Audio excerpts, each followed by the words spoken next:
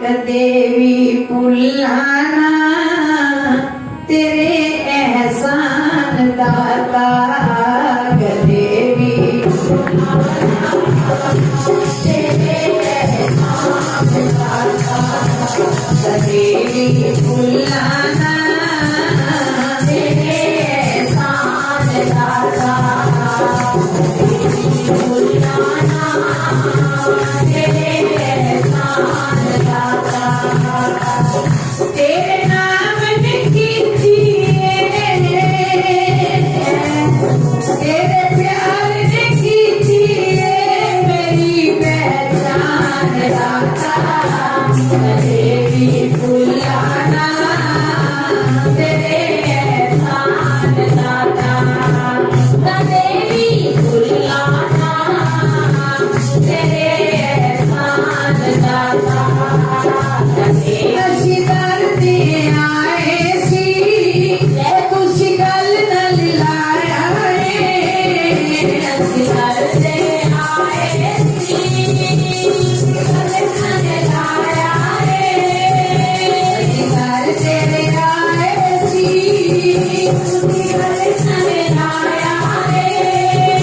दे दे के सच्चा प्यार सानू अपना बनाया रे, दे दे के सच्चा प्यार सानू अपना बनाया रे, दे दे के सच्चा प्यार सानू अपना बनाया रे, दे दे के सच्चा प्यार सानू अपना बनाया रे। तेरे प्यार दी कीमत नो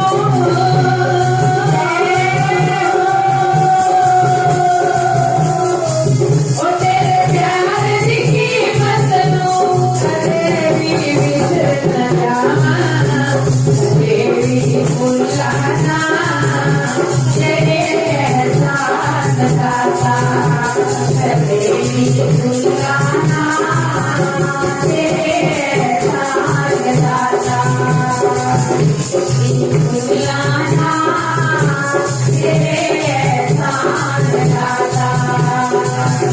असी जन्म जन्म तक भी तेरे घर जाइया, असी जन्म जन्म तक भी तेरे घर जाइया, असी जन्म जन्म तक भी तेरे घर जाइया। तेरी दाता बिचो दो दाता सिपाहिया ने, ओ तेरी दाता बिचो दो दाता सिपाहिया ने, तेरे प्यार दी दात मिली है ओ, तेरे प्यार दी दात मिली है, जीवन जीना आया है, देवी पुल्लाना तेरे एहसान दाता, देवी पुल्लाना तेरे एहसान दाता, देवी पुल्लाना तेरे एहसान दाता, देवी पुल्लाना तेरे एहसान दाता। एक पल का एहसान भी हम जन्मों जन्म नहीं उतार सकते, जे तू फड़दा ना साडी बांह ते असी रोले जाना सी। सच है, कलयुग का दौर कितना भयंकर चल रहा है। ये दर ना मिला होता, इन संतों का इलाही प्यार ना मिला होता, इनकी कमाइयों में से हिस्सा ना मिला होता, तो हमें कलयुग से कोई बचा ना सकता। कलयुग कितने भयंकर रूप धारण करके, एक दरवाजा रात को खुला छोड़ के सो जाओ तो चोर आने में देर नहीं लगाते, लूट मार हो जाती है। सतगुरु शब्द रखवारे चौकी चौगिर्द हमारे, हमें जो शब्द मिला है यही एक पहरेदार है। चारों कोनों से हमारी रखवारी करता है। और जब हम शब्द का पहरा लगाना भूल जाते हैं तो चोरी हो जाती है। कभी हमारे अंदर कोई विकार, कभी कोई चोर, कभी कोई चोर आकर के हमारा चैन छीन देता है। तो जरूरत किसकी है? जो हमें सतगुरु ने शब्द रूपी पहरा दिया है। जब निरंतर उस शब्द से सुरती जुड़ी रहती है तो हृदय और आत्मा पर शब्द का पहरा लगे रहने से कलयुग के चोर अंदर नहीं आ पाते और हमारा धर्म, हमारी सहन शक्ति, सेवा, सिमरन और आनंद की दौलत लूट नहीं पाती। जब कभी हमारे अंदर से चैन लुटता है, सिमरन छूटता है, आनंद छूट जाता है तो समझ लो कि दरवाजा खुला रह गया, चौकीदार नहीं था, शब्द सिमरन नहीं हुआ तो इन चीजों ने घर में प्रवेश करके हमारी मस्ती छीन ली, हमें बेचे दौड़ा। लिख दो, इतने से इतने बजे मन ने किसके बारे में क्या सोचा, लिखो। अपने आप को सर्च मारो। आज हम तंदुरुस्त होने के लिए सारा पैसा, सुखी होने के लिए दिन रात मेहनत, और सुखी क्यों नहीं? कभी विचारा कि सारा झगड़ा किसका है? मन का ना। ऐसा भी नहीं है कि बच्चे किसी ने गाली गलौज दे दी, बहू बेटी ने ऊंच नीच कह दिया, तो अगर मन सिमरन से जुड़ा तो सुनाई नहीं देता, इधर से इधर निकल जाता, मस्त हो गए। और अगर मन इसी चमड़ी में, इसी दमड़ी में फंसा हुआ है तो इतनी बात का पहाड़ बना करके गृहस्थी को उजाड़ देते हैं। कहां से शुरुआत है? विचारो। सारे झगड़े की जड़ कहां से शुरू हुई? अब मन की दवाई कहां से मिलती है? मन की दवाई कहां से मिलती है? सत्संग से। और दवाई कौन देते हैं? संत सतगुरु। और दवाई हम सब ने ले भी रखी है, हम सबके पास है वो कुड़ियां। पहले भी भजन सुना, मन दी बीमारी दा होता है इलाज, बुरा तो जिसने नब्ज पढ़ाई ते सतगुर देन दवाई। सतगुरु शब्द वाली कुड़िया जो देव दे, भेद भाव छोड़ो, ये परहेज बता दे। दवाई के साथ परहेज है। दवाई खाओ, परहेज ना करो तो दवाई कामयाब नहीं ना होती। तो शब्द के साथ परहेज क्या है? भेद और भाव। ए मेरा है ते ए तेरा है, ए अपना सी ए तू बोलिया, ए मेरा सी ए मैं कमाया, ए मेरा मेरी मेहनत ए तेरी मेहनत। कहते भेद भाव छोड़ो, के परहेज बता दे। गुरु वचना ते अमल कमावी, वे सतगुर दे दवाई। मन दी बीमारी दा होंदा इलाज, बुरा तो जिसने नबज पढ़ाई ते गुरु देन दवाई। दवाई हमारे पास है। और फिर कहते हम तो बैठते हैं, मन लगता नहीं। दवाई खाओ और फर्क ना पड़े तो कारण के परहेज नहीं है। दवाई खाती 6 महीने हो गए, खांसी ठीक नहीं हुई, क्योंकि खट्टा तो खाना ही खाना है, इसका परहेज है। भाव कहने का सबसे भयंकर जिंदगी की अशांति का कारण हमारा अपना मन है। और मन की दवाई को हम इस्तेमाल भी करना चाहते हैं, परहेज नहीं करते, दवाई रंग नहीं लाती। लोग कहते हैं हम तो पाठ पे आधा घंटा रोज बैठते हैं, पर मन कहा जाता है, आनंद नहीं आता। आनंद तो तब आएगा जब भूख लगी होगी। अब 36 प्रकार के व्यंजन का थाल हमारे आगे कोई रख दे, बड़ा स्वादिष्ट से स्वादिष्ट बनाकर, हमें भूख नहीं है तो हम उसका रस नहीं ले पाते ना, हमें टेस्ट नहीं मिलता। क्योंकि भूख के बिना किसी के कह पे जबरदस्ती इतना ले भी लिया तो स्वाद। भूख आते ही, भूख लगी हो करारी और नमक लगा देना कोई रोटी पे, आनंद आ गया। रोटी में आनंद था या भूख में आनंद था? भूख में। विचारो, सिमरन में आनंद क्यों नहीं आता? सिमरन पर बैठते ही आनंद क्यों नहीं आता? क्योंकि भूख ही नहीं है सिमरन की। सिमरन की कीमत ही नहीं पता कि कितना कीमती है हमारी जिंदगी के लिए। इसकी कदर ही नहीं पता तो भूख कहां से लगेगी?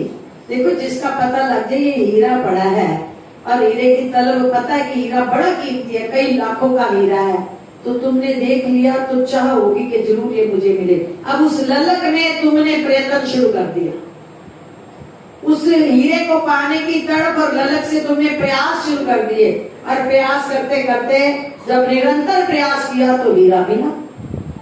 आप हमारे अंदर कीमत ही नहीं पता सिमरन क्यों जरूरी है।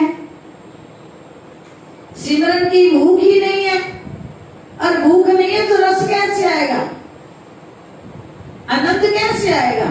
भूख होते ही प्रेमियों 15 मिनट भी आसन में, जिनको भूख होती है वो 15 मिनट में भी अपने लोक की सैर करके सतगुरु का दर्शन करके आ जाते हैं।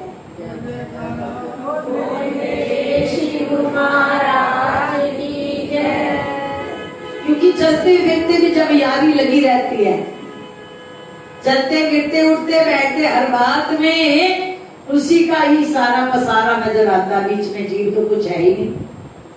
खाते पीते सोते जागते उठते बैठते हर पल जब उन्हीं का एहसास होने लगता है तो उनकी शब्द की भूख लग जाती है ना, कदर पता होती है ना। हकीकत तो यही है प्रेमियों, बंदा क्या है, सा आया थे बंदा, ना आया थे मिट्टी, मैल भी होते सोना भी होते, दिया पुत्र भी होते कोठियां कारा भी होते, ते बंदा की लेके गया कुछ नहीं। हकीकत तो यही है ना, हकीकत में वो क्या लेके गया, जो अगर उसने शब्द से अपने प्रीतम से तार जोड़ी होती है तो सतगुरु को पता होता है कि इसकी अंतिम समय मुझे अपने रथ पर बिठाकर अपनी रूह को अपने धाम में लेके जाना। लेकिन प्रेमियों, हमें अभी तक ना तो श्वासों की कीमत पता, ये कितने कीमती है, बाजार से खरीदे किसी ने, आज तक बता दो, करोड़पति ने बाजार से। जब कोरोना आया था तो ऐसी अवस्था थी, ये एम मौलाना कॉलेज है बराड़े की 2 सड़का के पास, अम्बाला से यमुनानगर जाते हुए, अब उसके कई कॉलेज हैं, उस मालक के इकलौता बेटा गाड़ी में लेके बोरियों में करोड़ों रुपए लेके खड़ा था कि कोई मेरे बच्चे को, लेकिन वहां करोड़ों की बोरियां काम नहीं आई, कारण जब तक ये नहीं रिझते तकदीरें कोई नहीं बदल सकता। तो ये विचारों की इनसे यारी लगानी क्यों जरूरी है, इनकी दोस्ती क्यों जरूरी है? जरूरी क्यों है कि ये चाहे मौज में आ जाए, तुमने इतनी दोस्ती करी, हर वक्त इनके काम आते हो। कहते एक महाराज जी सुनाया करते थे, एक नौकर था तो वो किसी दुकान पे सेठ पे काम करता था, वो नौकरी भूल गया था, वो तो हमदर्दी में रहता था अपने मालिक की। एक बार उसकी बेटी की शादी थी तो उसने कुछ उधार मांगा, सेठ ने जितना चाहा दे दिया, कहने लगा मैं हर महीने तनख्वाह में कटवाता हूँ। तो जब उसके ऊपर कोई सेठ पे मुसीबत आ गई, नौकर ने अपनी जान की परवाह नहीं करी तो सेठ के काम आया। अब सेठ जब बच के निकला जिंदगी से तो उसे खुशी हुई, उसने कहा कि मैं तेरे को आज कुछ रकम देना चाहता हूँ, मेरी कई खाते वाले कापी लिया। कापी लिया और कहने लगे किसी भी एक रकम पर कलम चला दे।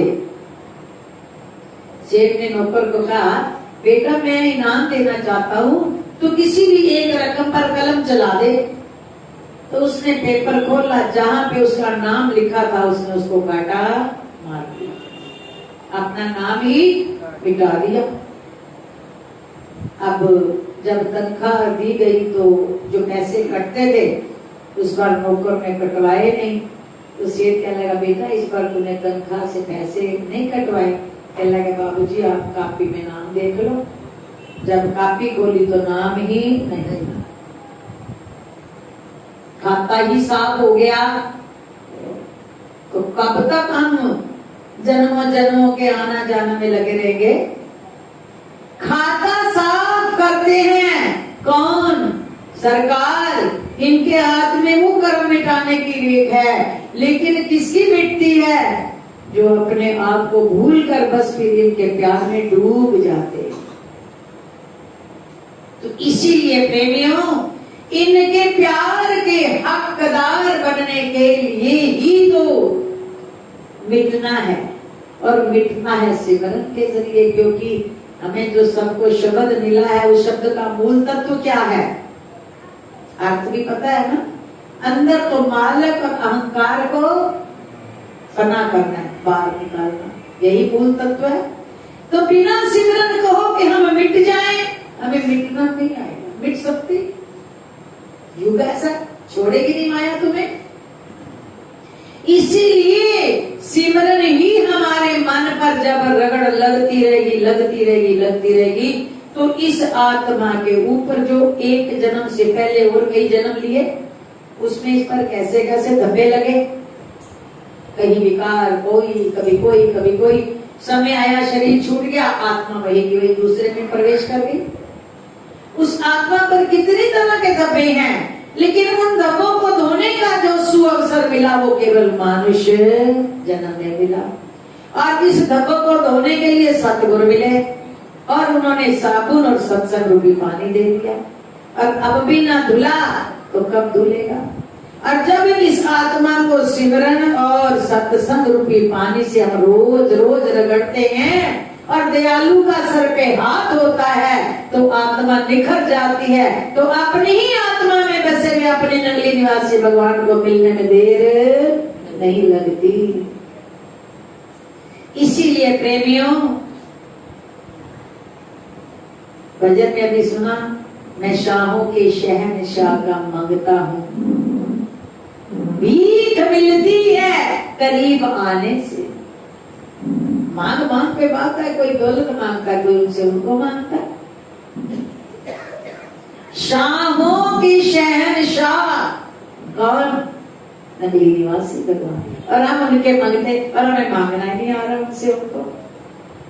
क्या मांग रहे हैं?